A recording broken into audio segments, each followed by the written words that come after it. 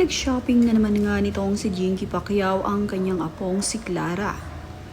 Nang magpunta nga ito sa Chicago at nang ipamili ang kanyang anak na si Queenie, ay isinabay na din niya ng pag-shopping ng mga damit ni Clara ang kanyang apo. Ito nga ay upang pagbalik niya sa Los Angeles ay mayroon siyang napakaraming pasalubong dito kay baby Clara. Giliw na giliw kasi itong si Jinky kay Clara, kaya naman sa tuwing nakakakita siya ng nagagandahang damit na pangbata ay hindi niya mapigilang hindi ibili ang kanyang apong si Clara dahil ang ganda naman nga talaga ng mga damit ng mga baby.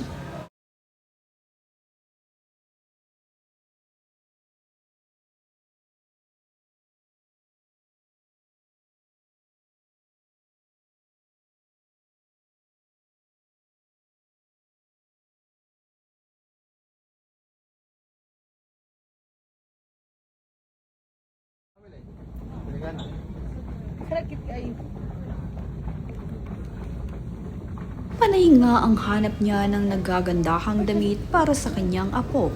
Talaga namang pinipiling mabuti ni Jinky ang magagandang damit na ibibigay niya dito sa kanyang apong si Clara.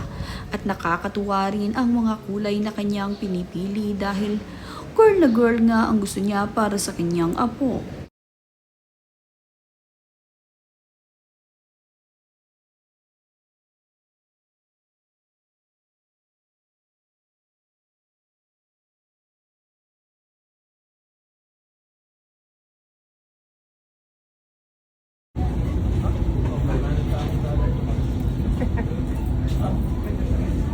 Habang nagsha-shopping naman nga ng mga damit ng kanyang apo, itong si Jinky.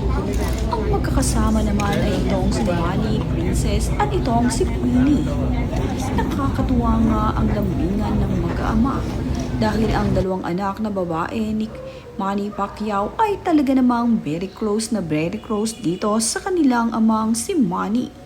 Makikita nga na talaga namang yumayaka pa ang dalawang anak ni Manny sa kanya na kahit pa nga mga dalaga na ito ay talaga namang sweet na sweet sila sa kanilang daddy Manny. Kitang-kita naman nga kung paano din lambingin ni Manny ang kanyang dalawang anak na dalaga na.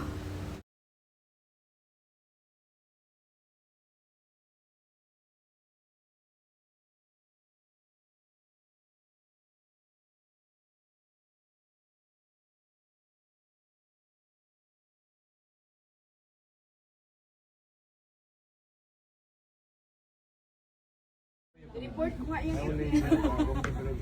report. Nagyan niya kay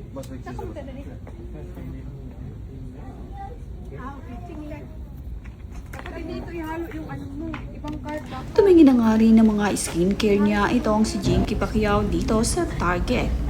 Marami nga rin siyang makikita at mabibili dito sa Target na ayon nga kay Jinky, kaya dito gustong gusto ng kanyang anak na si Queenie na mamili ay dahil mas mura nga raw rito.